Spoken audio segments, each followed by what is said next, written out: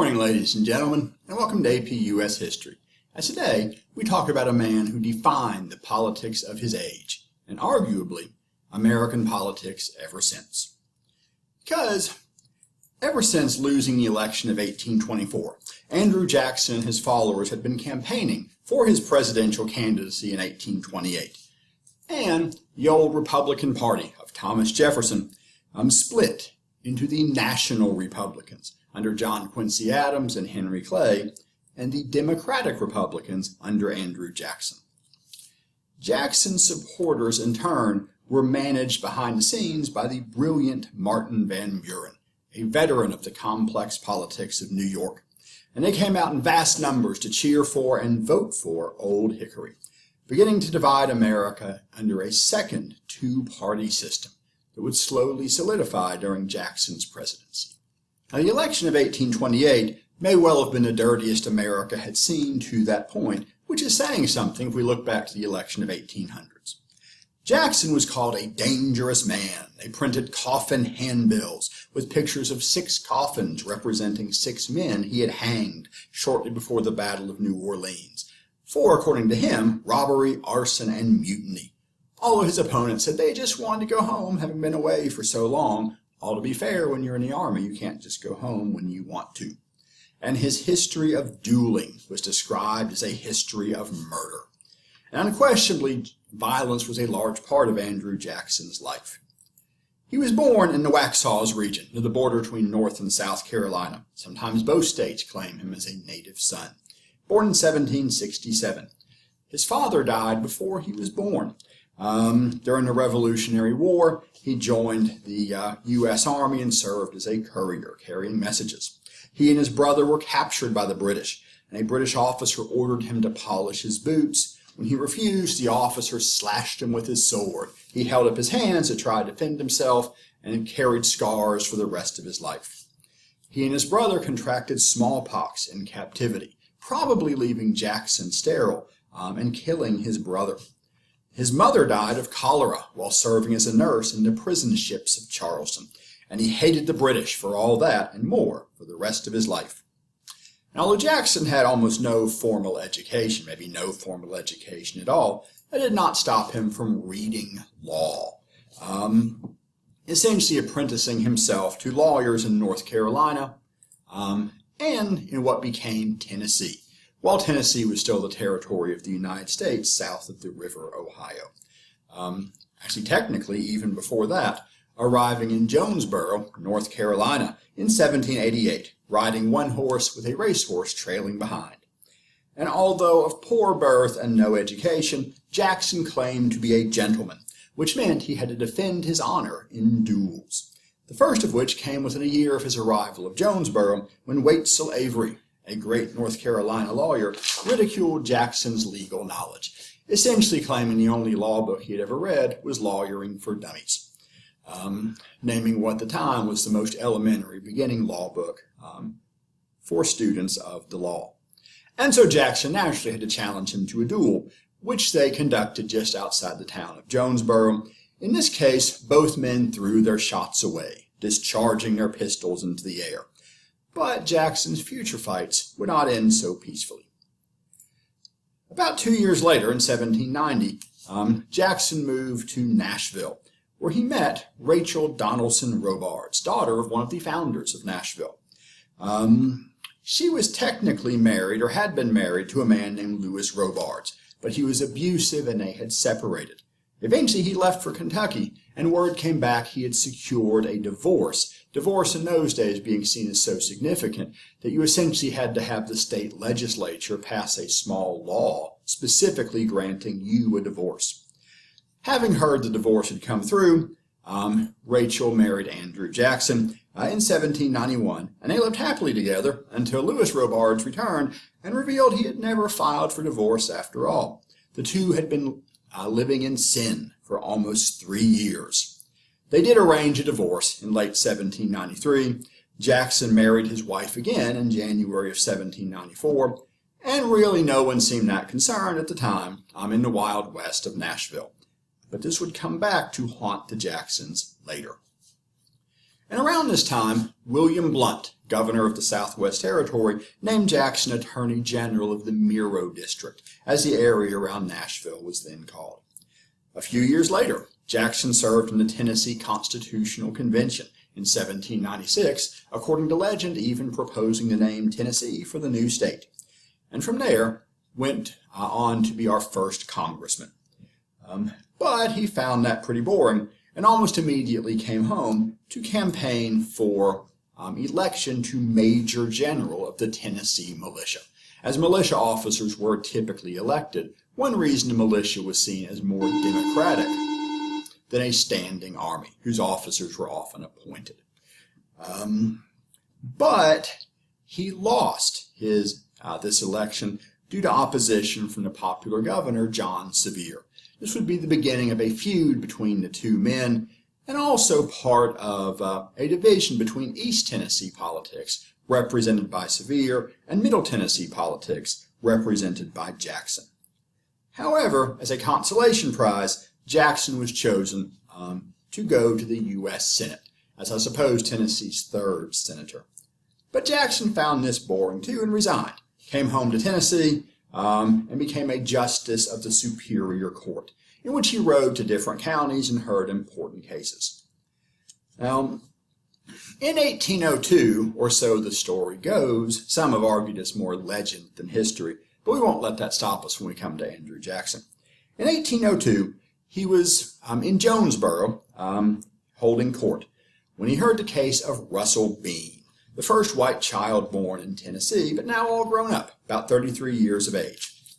Now, Russell Bean was a gunsmith, but he traded in other things as well.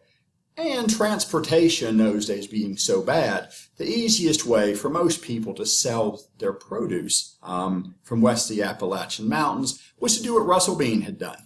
Load everything up on a flatboat, sail down the Holston River to the Tennessee River, up the Ohio River, over to the Mississippi River, and all the way down the Mississippi River to New Orleans, where you would sell your goods, bust up your boat, and sell it for firewood, and then jog back home.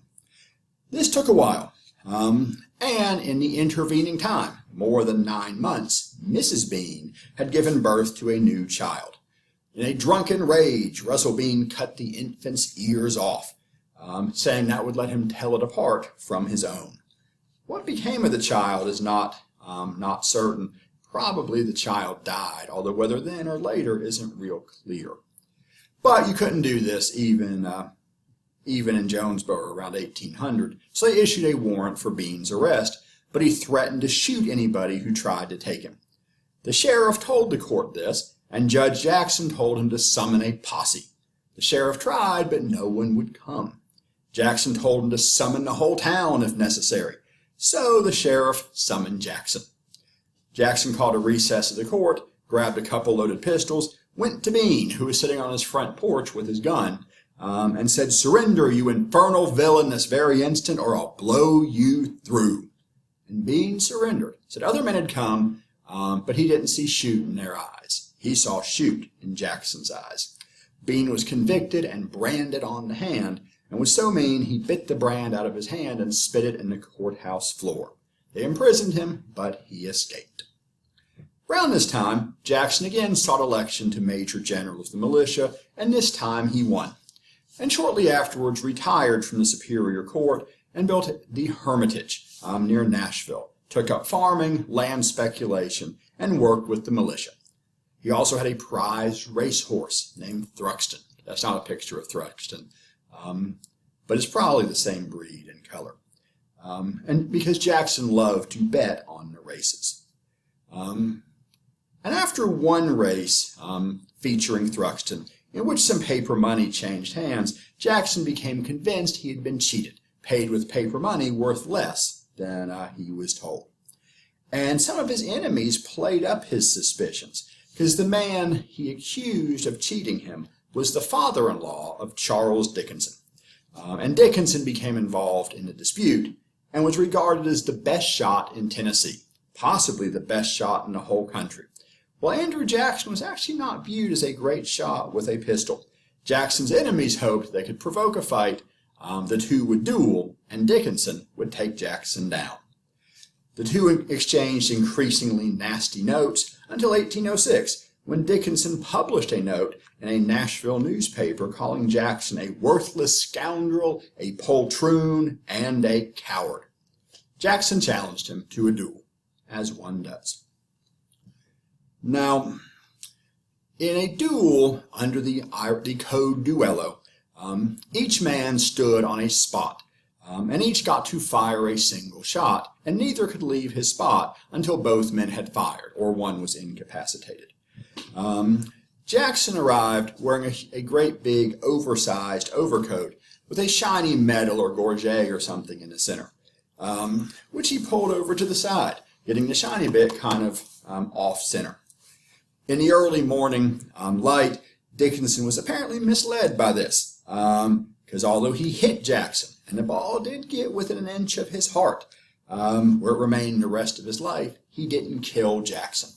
And he was able to hit Jackson because Jackson did not fire at first. He stood there and took the hit. And then, because he got his turn to fire too, Dickinson had to stand on his spot and wait. Jackson took as much time as he liked to aim carefully and pull the trigger, which then went to half cock, rather than firing properly. Jackson recocked the pistol and fired, hitting Dickinson in the belly. He died within hours. And this was, I hate to say, technically cheating. If you pulled the trigger and your gun did not fire properly, that was still considered taking your shot. So he had broken the code of the duel. So this is arguably murder. Others, though, say that there was not that big a deal. Nobody at the time apparently issued any complaints. But by the election of 1828, the national press called it murder. And Jackson would be involved in other fights too.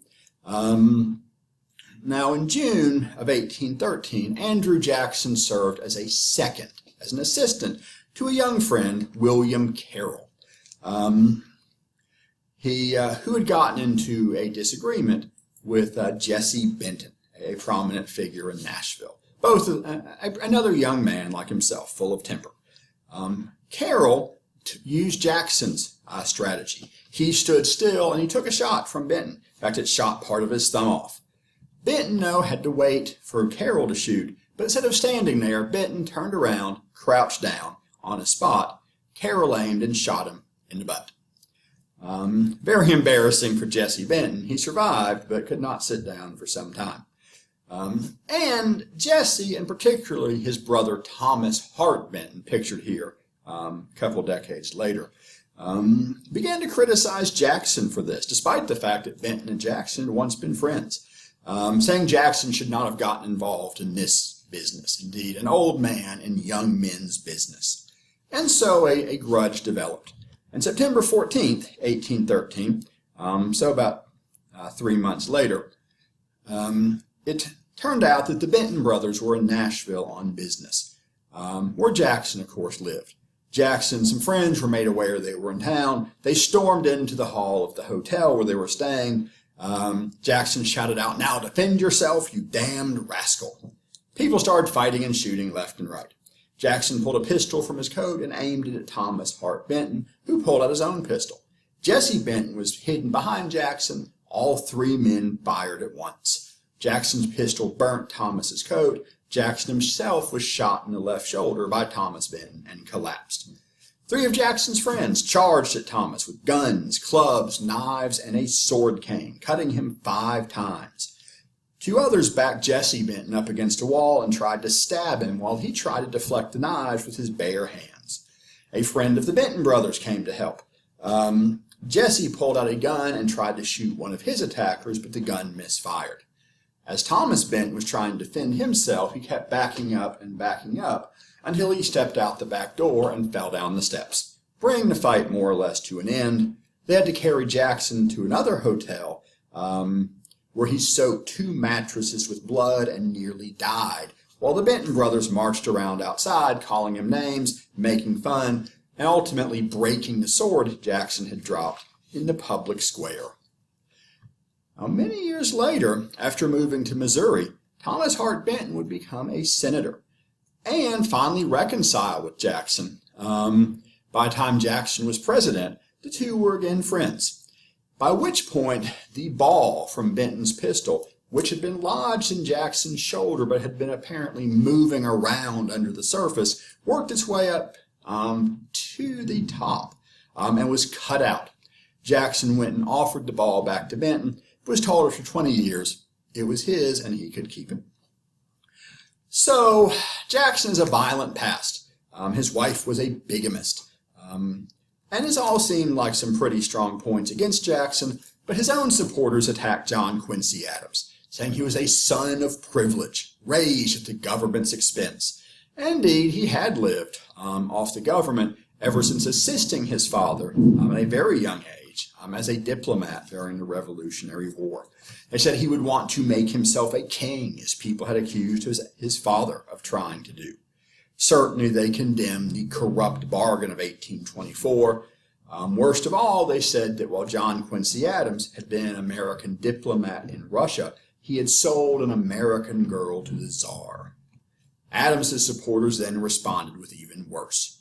Andrew Jackson's mother was accused, completely falsely, of being a prostitute brought to America by the British Army during the Revolution, infuriating Jackson, considering that his mother had died while serving as a nurse for American prisoners of war. Jackson was condemned for having sold some slaves. Owning slaves was acceptable. Selling them was seen as a bit low class. Worst of all, and he was charged with adultery, his wife with bigamy. And while technically it was true, it was such an old charge and never an issue in the past, that it really hurt now. Rachel was very badly hurt by these rumors and slanders. She died shortly after Jackson's election, it was said, of a broken heart. And Jackson said he would never forgive the men who had done this to her.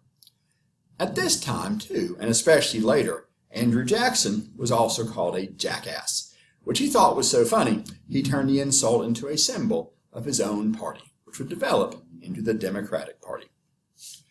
And, the common people did not hold Jackson's wild past against him.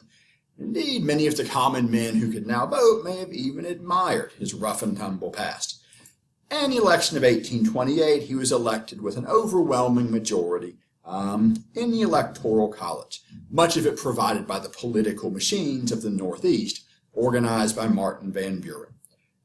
Adams only got 83 electoral votes, although 44% of the popular votes. And unlike most ex-presidents, John Quincy Adams did not retire to his farm in Massachusetts. Rather, he ran for Congress and served in the House of Representatives until 1848, where he opposed slavery with such skill he was called Old Man Eloquent. Now, Jackson's supporters, like the supporters of Thomas Jefferson 28 years before, described his election as a revolution. And in some ways it was. It was the first real triumph of popular, relatively democratic elections over the supposedly elitist, entrenched interests of the East. Jackson was our first Western president. Every president prior to him had either been from Virginia or named John Adams. He was a man of the people, wild, a fan of gambling and horse racing and cockfighting and dueling. At his inauguration, so many people crowded into the White House that Jackson himself was nearly crushed by the mob until White House servants set up spiked punch on the front lawn to lure the crowds outside. And Jackson also stirred up the government through the spoils system in a way that none of his predecessors had, or at least, to a degree, none ever had. The spoils system is a system for rewarding political supporters with important posts in the government, or indeed posts or rewards of any kind, and doing so on a large scale. And this could range anywhere from ensuring that local supporters became, say, postmasters, or simply got better public services for their county or town or neighborhood in a big city, all the way up to a job in the cabinet or ambassador to a pleasant country. And this had always happened, but never to the extent Jackson had done.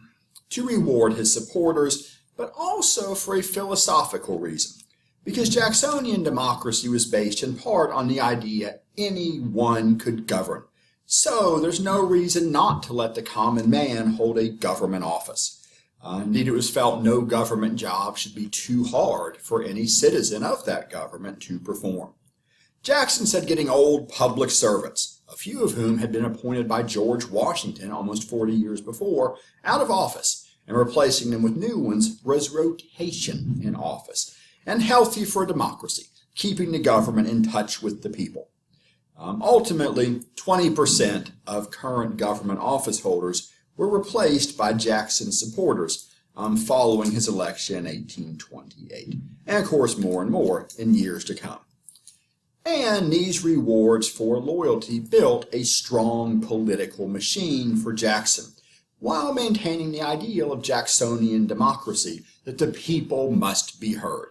A political machine, of course, being that organization that behind the scenes gets people out to vote, gets the influence of important people on your side, and then rewards your supporters through the spoils system.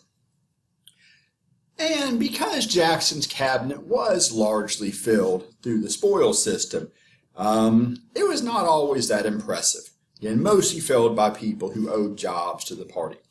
Although there were a few important and outstanding members of his administration. His vice president was John C. Calhoun. Even as the second two-party system was developing, it was not yet so deeply entrenched that Calhoun was not able to serve both for John Quincy Adams and Adams' great rival Jackson as vice president for both men. Secretary of State for at least a large part of Jackson's first term was Martin Van Buren, and head of the political machine for their party in New York. And those two men, Calhoun and Van Buren, soon became rivals for influence within Jackson's administration. And because many other members of his cabinet were not men that he had a real high opinion of, especially as time passed, Jackson also gathered a set of unofficial advisors nicknamed his kitchen cabinet, it being said they came in through the kitchen door. And one reason he needed this was because his official cabinet was soon torn over the Peggy Eaton affair. Now, Peggy O'Neill Eaton was the daughter of a Washington, D.C. tavern keeper, and now the wife of the Secretary of War, John Henry Eaton, an old friend of Jackson's. But it was rumored that Mr. and Mrs. Eaton had been intimate, just like a husband and wife, before they were actually husband and wife. Indeed, while Peggy had been married to her late first husband, the two had perhaps been a little too close. Furthermore, as the daughter of a tavern keeper, Peggy Eaton was not seen as especially high class, and the high-class wives of most of the other cabinet members looked down on her, snubbed her and her husband, this particularly being led by the wife of the vice president, Fluoride Calhoun, beginning the War of the Petticoats. Jackson deeply sympathized with the Eatons. Again, John Eaton was an old friend from Tennessee, and Jackson's own wife had been treated very badly by people spreading nasty rumors about her. So Jackson ordered his cabinet members to order their wives to treat Peggy Eaton courteously.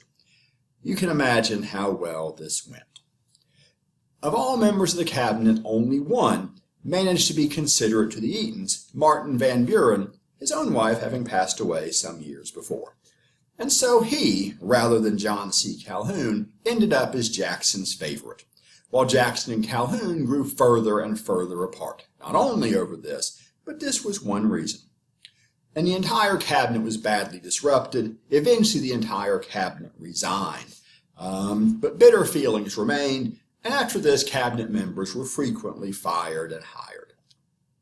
Jackson gained many other enemies during and before his presidency, chief among them Henry Clay. One of the accusations against Jackson was that he was a tyrant, despite him being opposed, he said, to tyranny and supporting the common man. Among other things, as president, Andrew Jackson, whom some now called King Andrew I, used his veto power 12 times blocking a law from going into effect, more than all previous presidents combined, seen as him trampling on the right of Congress to make laws for the people. The cartoons depicted him trampling on the Constitution as he vetoed new laws, although this was because he felt these laws were unconstitutional. One of his most controversial vetoes, although not the most, was the veto of the Maysville Road Bill in 1830. This was a direct attack against Henry Clay and his American system, and a victory for certain factions in the South and the East against the West. The Maysville Road Bill would have built a federally funded road, but some parts of the South opposed that on the grounds it interfered with states' rights. And if the government started doing too much within the boundaries of states, it might move on to other things like slavery, which Southerners had been increasingly tense about ever since Vesey's Rebellion. Many Easterners also opposed the bill out of fear that if it was easier to travel to the West, people would move west, draining away the population of the eastern states, harming their economy, and reducing their representation in the House of Representatives, as they would leave the factories of the East for the cheap land in the West. And after the Maysville Road Bill was vetoed, a senator from New England introduced a bill that would completely stop surveying any new Western land until all the currently surveyed land had been sold. This would pretty much block Western expansion for some time, hurting the West, and now the South mostly sided with the West, as many Southerners did want to see Western expansion, as many were speculating in land for its own sake, and also hoped to open up more land for plantations. And a big debate arose in the Senate, known as the Webster-Hayne debate, or Hayne-Webster debate, as South Carolina Senator Robert Hayne debated the godlike Daniel Webster from Massachusetts. And although initially about the land surveys, this debate quickly began to revolve around who had the final say in the interpretation of laws. Hayne argued that states had the right to interpret and even nullify laws they viewed as unconstitutional, arguing that the Constitution was a compact of independent and sovereign states, and each of those sovereign states had the right to interpret laws for itself within its borders. This was not, he said, meant to dismember the Union, but to give states a way to deal with grievances and disagreements while remaining in the Union. But Webster claimed that the Constitution was not an alliance between the states, but rather a creation of we the people. And so it is not for the states to decide what they can or cannot do, but for the people's elected representatives, and ultimately for the Supreme Court to decide the constitutionality of laws. His famous line, reprinted throughout the nation as the whole debate was liberty and union, now and forever, one and inseparable. Webster may have been the greatest public speaker of his day.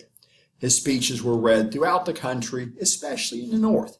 And in those days, a big part of public education often involved memorizing famous speeches to teach public speaking to a growing generation of schoolboys. And so many of Webster's speeches in this debate were memorized by a generation at least of Yankee schoolboys, who a generation later would go out to fight to preserve the Union, Webster described. Neither side really won the debate. Supporters of the Union were more convinced by Webster. Supporters of states' rights were convinced Hayne had done better. But certainly it put the disagreement between states' rights and the supremacy of the federal government out in the open for all to see. A controversy further highlighted at a Jefferson Day banquet held by John C. Calhoun. The descendants of Thomas Jefferson's Republicans celebrating their founder with a banquet on his birthday each year, April 13th, 1830. Calhoun invited Andrew Jackson, his hope being to kind of sound him out on the issue of states' rights, which it seemed Jackson would support as he was broadly suspicious of central power. He particularly wanted to see how Jackson felt on the subject of ending the tariff of abominations. they offered a whole series of toasts to celebrate Jefferson, and each toast had been carefully tailored to celebrate some aspect of states' rights, hoping that Jackson would kind of get in the mood and follow along and say in public something supportive of states' rights. But Jackson had been warned this was the plan and came prepared. When it was his turn to give the next to last toast, he said, "To our Union, it must be preserved." And the final toast went to the host, John C. Calhoun. Tough to the end, he countered, "Our Union next to our liberty most dear." And this controversy got worse and worse as South Carolina followed the suggestions of Calhoun's South Carolina exposition, tried to nullify the Tariff of Abominations. However, under the concept of nullification as they had defined it, it took 2/3 of the state legislature to nullify the law, and the vote fell slightly short. And a new tariff was created in 1832, reducing the tariff rate from 45% to 35%. But that was not enough by now for South Carolina. And South Carolinians took advantage of the election year to elect a legislature that would vote to nullify the tariff, beginning the Nullification Crisis. Even within South Carolina, this was controversial, as militias began to form and drill for either Unionists or the Nullies. Some leaders in South Carolina even threatened to secede from the Union outright. And Henry Clay, as much as he loved tariffs, stepped forward to once again negotiate a compromise. The Compromise Tariff of 1833, the second of the great compromisers' three greatest compromises. And this Compromise Tariff of 1833 would gradually reduce the tariff to about 20 to 25%, depending on the particular import, by 1842. A fairly significant, if gradual, reduction. President Jackson had a more direct approach and privately threatened to hang the nullifiers, including his own vice president, John C. Calhoun, and publicly sent a small detachment of the army to patrol South Carolina while preparing a larger force for a full-scale invasion. Congress passed the Force Bill, authorizing Jackson to raise and send 50,000 troops into South Carolina, at which point South Carolina rescinded her nullification of the tariff, but just to prove a point, nullified the Force Bill. Now, South Carolina had hoped that other southern states would join in nullification, and possibly even secession, but none seemed especially eager to do so. They might not like the tariff, but they didn't like the idea of secession either. And although sectional problems would cause the nation trouble for years to come, for the moment they had been contained. And although many people today criticize Jackson for many of his policies, for a long time he was seen as a great national hero for helping to hold the country together in the Nullification Crisis. Now, Nullification Crisis was certainly important in 1832, but perhaps the biggest issue that year was the issue of the Bank of the United States, which Jackson was known to hate, and Clay and his supporters, certain the bank was popular, decided to make it into an issue for the election in 1832. Now, the first Bank of the United States had held a charter from 1791 to 1811 when the Jeffersonian Republicans allowed its charter to lapse. But following the War of 1812, when it was seen that it was useful to have a bank to finance things, and when there was a spirit of nationalism in the country, a second Bank of the United States was chartered in 1816, a 20-year charter. Henry Clay had been one of its main supporters. It was based in Philadelphia, but eventually had 25 branches across the country, allowing the U.S. government to save and invest its money at a profit. It could also issue reliable paper money implicitly backed by the deposits of the U.S. Treasury. But all the bank did many useful things, holding government funds, lending money to various institutions, issuing paper money, regulating and stabilizing the economy, at least in principle, It was unpopular with many people, including Andrew Jackson.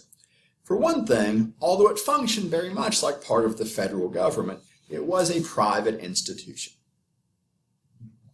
As a private institution, it was not answerable to the people. It was run by the brilliant but aristocratical Nicholas Biddle of Philadelphia, who put the interests of the bank's wealthy investors and stockholders first, or so it was said.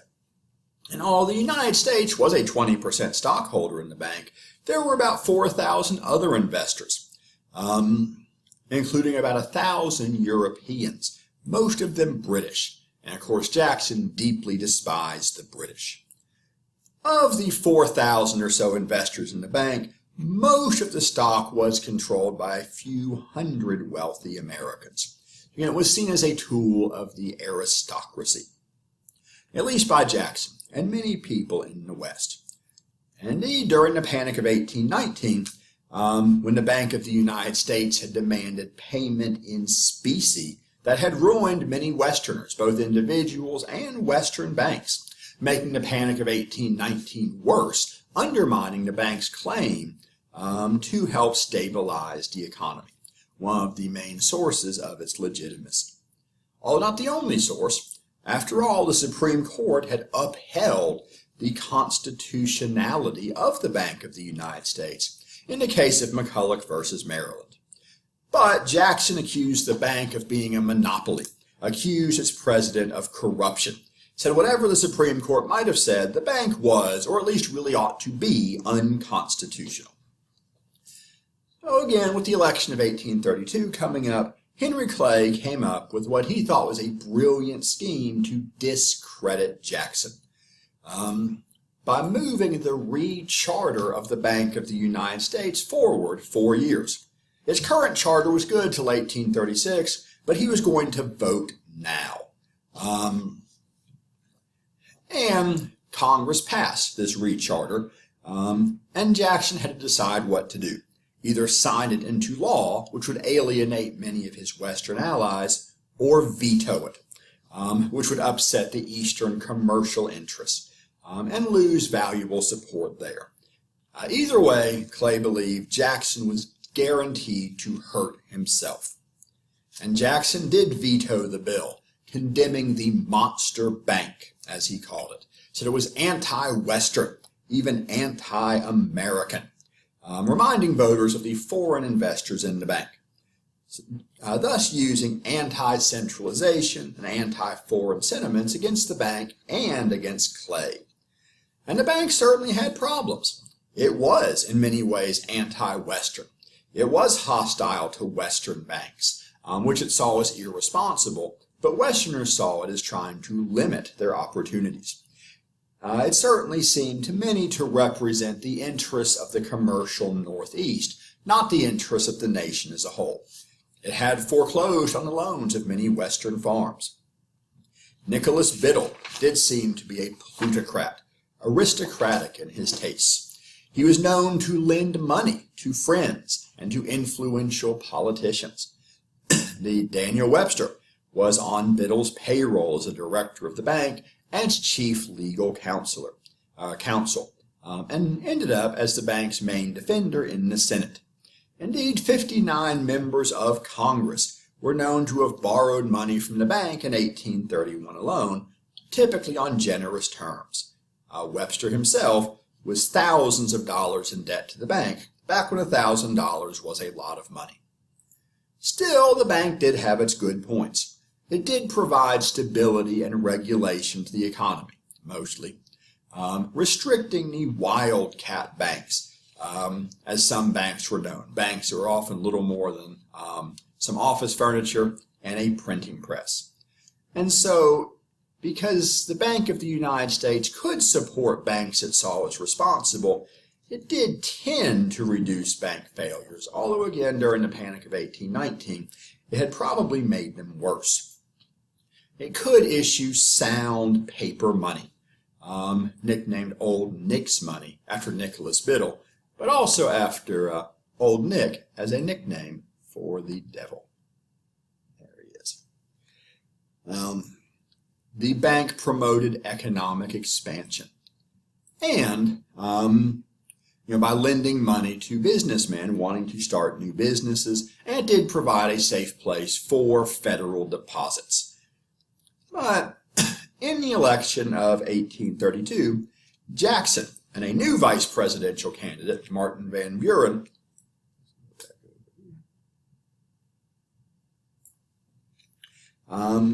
condemned the bank. And as they ran against it, called their party not just the Democratic Republicans, but shortened that further to just the Democratic Party, or often simply the Democracy, in saying that they were the rule of the people.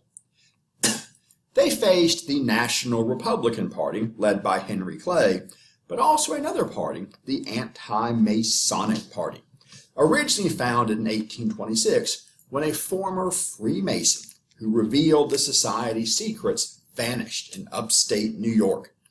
The Anti-Masonic Party attacked privilege and secret societies, including Jackson, who was a Mason himself, and refused to denounce them.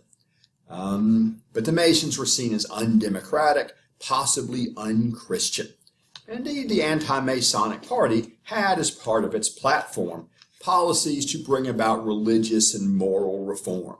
They wanted to ban the mail and stagecoaches from running on Sundays. They tended to support temperance, all of which offended the Democrats who felt the national government should stay out of people's lives, for good or bad.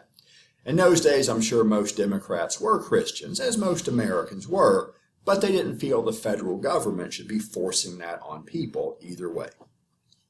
And speaking of the Anti-Masonic Party's platform, all three parties adopted a party platform and selected their candidate through a nominating convention with delegates from all the states. The first time that all three parties had done so, indeed even using the same building, although of course at different times.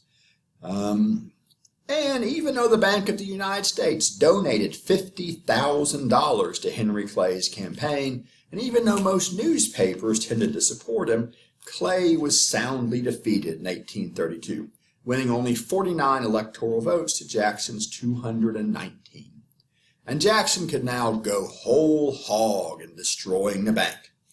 Although its charter technically kept it in existence till 1836, Jackson wouldn't wait that long.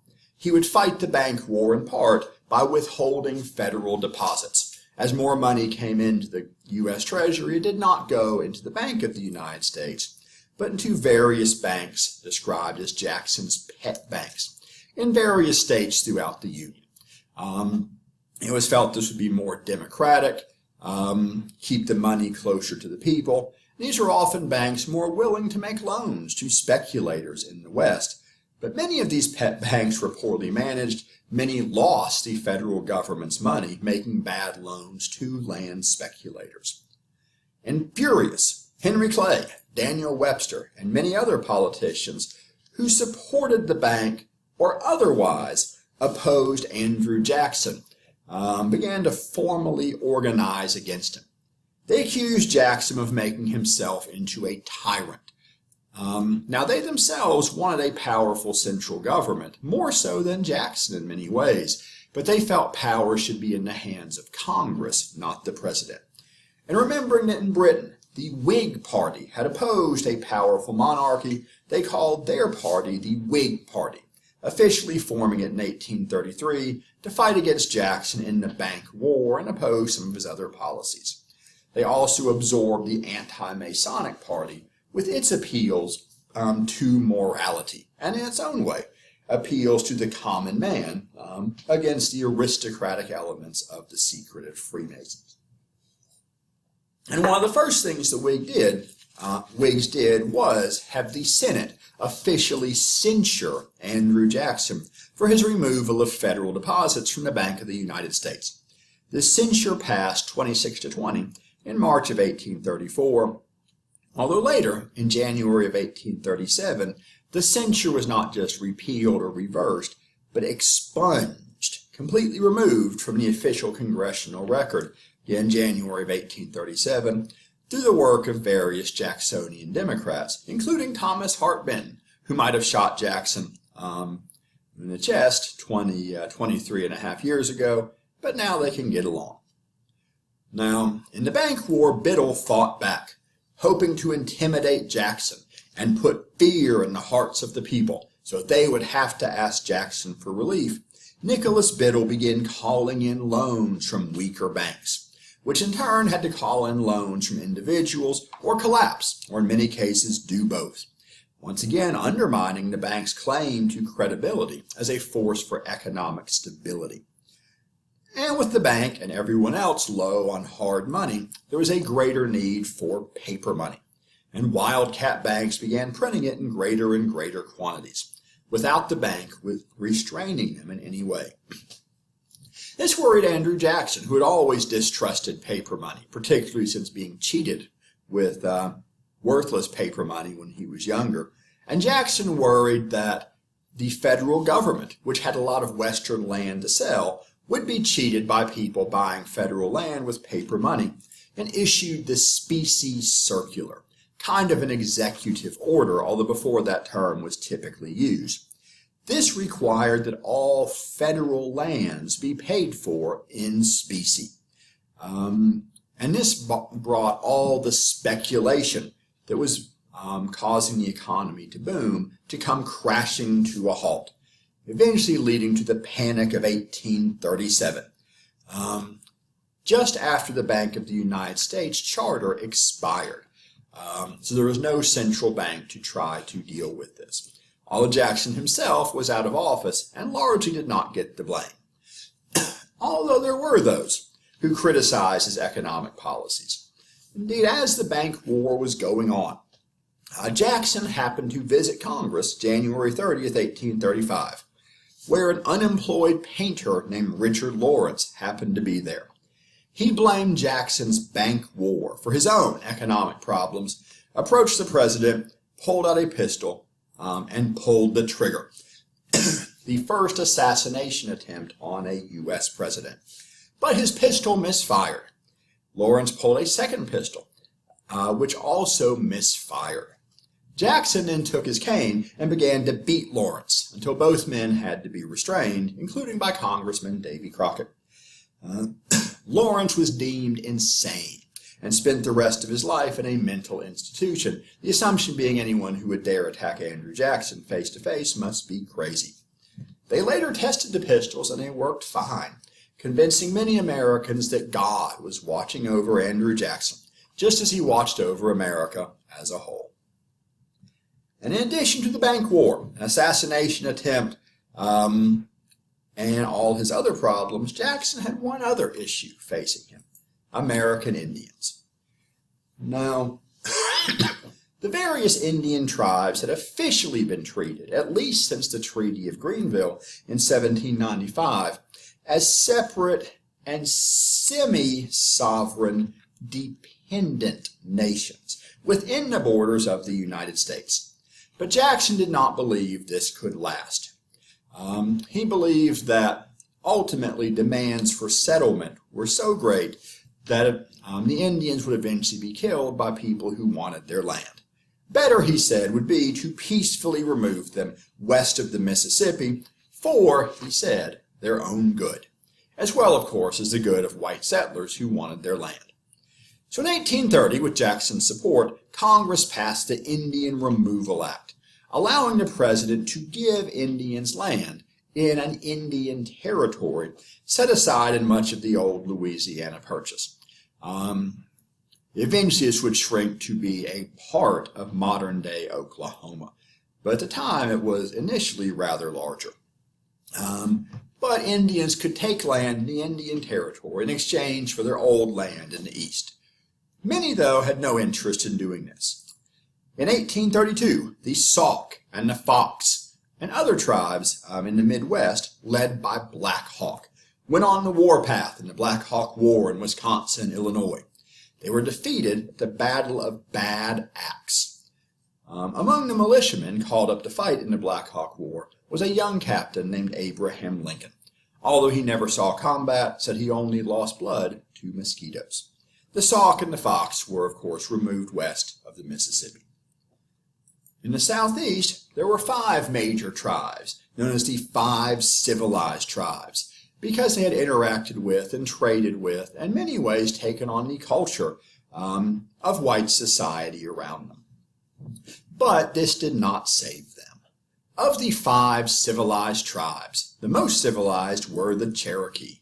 They had deliberately, as they put it, taken the white man's path, adopted white clothing, architecture, farming, planting, even slave owning. Due to intermarriage, by the 1830s, many of the Cherokee people's main leaders were at least as Scottish by blood as they were Cherokee. The Cherokee developed their own written language. A man named Sequoyah, who could not read in any language but the one he developed, created a syllabary for the Cherokee language, similar to an alphabet, but with each character representing one specific sound. You therefore have to have more characters, but still a fairly manageable number. And once you have learned them all, it's easy to read from there because each character does make one single specific sound. With their own written language, the Cherokee developed their own constitution, as you can see there, published bilingually. They published their own bilingual newspaper, the Cherokee Phoenix, and trying as much as they could to live like the white people around them. And yet, in 1829, gold was discovered in Cherokee territory in northern Georgia. Georgians, of course, wanted to seize the land. The Cherokee had truly become Americans and did what a middle-class American does when he is injured. They sued. In the case of Cherokee Nation versus Georgia in 1831, and a subsequent case of Webster versus Georgia, with a white missionary by the name of Webster representing the Cherokee in hopes a white man would get a more sympathetic hearing. This got to the Supreme Court, where John Marshall and his court ruled in favor of the Cherokee, saying Georgia could not seize their land.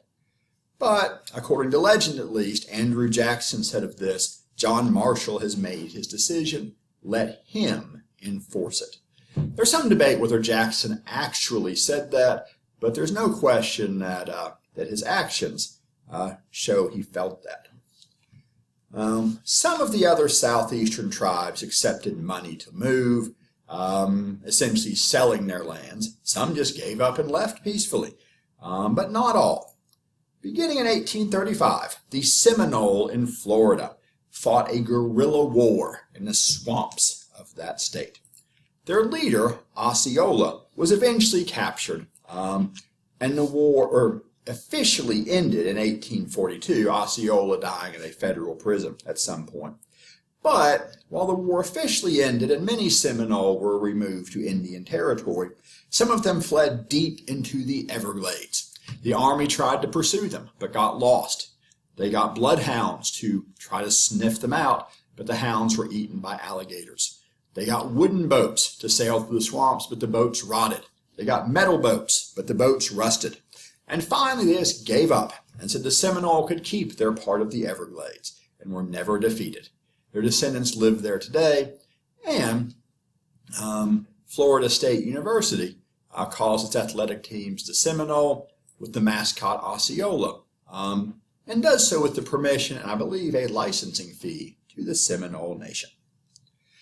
Amongst the Cherokee, who were in danger but not yet completely pushed off their land, some Cherokee leaders, notably Major Ridge, his son John Ridge, and a cousin Elias Boudinot, who'd adopted the name of a white missionary, decided in 1835 that they needed to negotiate something. They did not want a war of their own.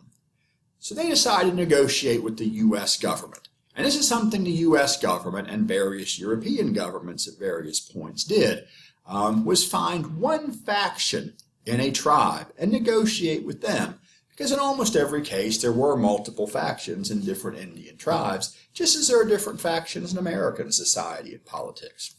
So while the U.S. government negotiated with these 3 prominent Cherokee, it did not negotiate with the principal chief, John Ross. But it did sign, with those willing to sign it, the Treaty of New Echota, and signed in 1835, ratified by the U.S. Congress in 1836, giving up Cherokee land in the southeast in exchange for land in Indian Territory. All of this would turn out to be perhaps an unwise move for Ridge. And Boudinot, the Cherokee legislature had passed a law called the Blood Law, making it illegal and punishable by death to sell Cherokee land to outsiders. But they sold it anyway. And typically for treatment of Indians, finding one faction, dealing with them, and treating them as if they represented all of them. So, with the Treaty of New Echota ratified in 1838, General Winfield Scott, although personally opposed to removal, followed orders when he was sent to arrest the Cherokee and began moving them west. Some Cherokee did escape, and some were even eventually allowed to remain, some living on land here and there owned by their white neighbors, some escaping into the mountains of western North Carolina, where they still have a small reservation today. Most, though, about 17,000 Cherokee and 2,000 of their slaves, were rounded up in wooden stockades in the late spring and early summer, where in the hot weather and crowded conditions many died of dysentery. In late August, and throughout the summer, the fall, and into the winter, they were forced to march to Indian Territory, many freezing to death, on what the Cherokee remember as the Trail of Tears. It's unknown how many Cherokee died in the Trail of Tears. Estimates typically range from 2,000, or over 10% of their number, to 8,000, close to half. And shortly after arriving in Indian Territory, Major Ridge, John Ridge, and Elias Boudinot were ambushed and killed by other Cherokee for violating the Blood Law. Indeed, the Cherokee in Indian Territory remained divided between those who had accepted removal willingly. Indeed, some had already peacefully moved to Indian Territory, even before the Treaty of New Echota was signed, and on the other side, those who had been forced west on the Trail of Tears. And the two would fight something resembling a civil war until 1846. And when the American Civil War broke out in 1861, the two factions of the Cherokee would take opposite sides, with John Ross's people, the opponents of removal, fighting for the Union, those who had accepted it fighting for the South, including the very last Confederate general to surrender in the Civil War, the Cherokee general Stand Watie. But, like the Panic of 1837, the execution of this cruelest element of the Indian Removal Act took place after Andrew Jackson had left office. 2 terms had been good enough for George Washington and was good enough for Andrew Jackson. He had retired by this point to the Hermitage, had been replaced by the man whom he supported for the presidency, his former Secretary of State and Vice President, Martin Van Buren, a man who described Indian removal as a happy and certain consummation of a wise, humane, and undeviating policy.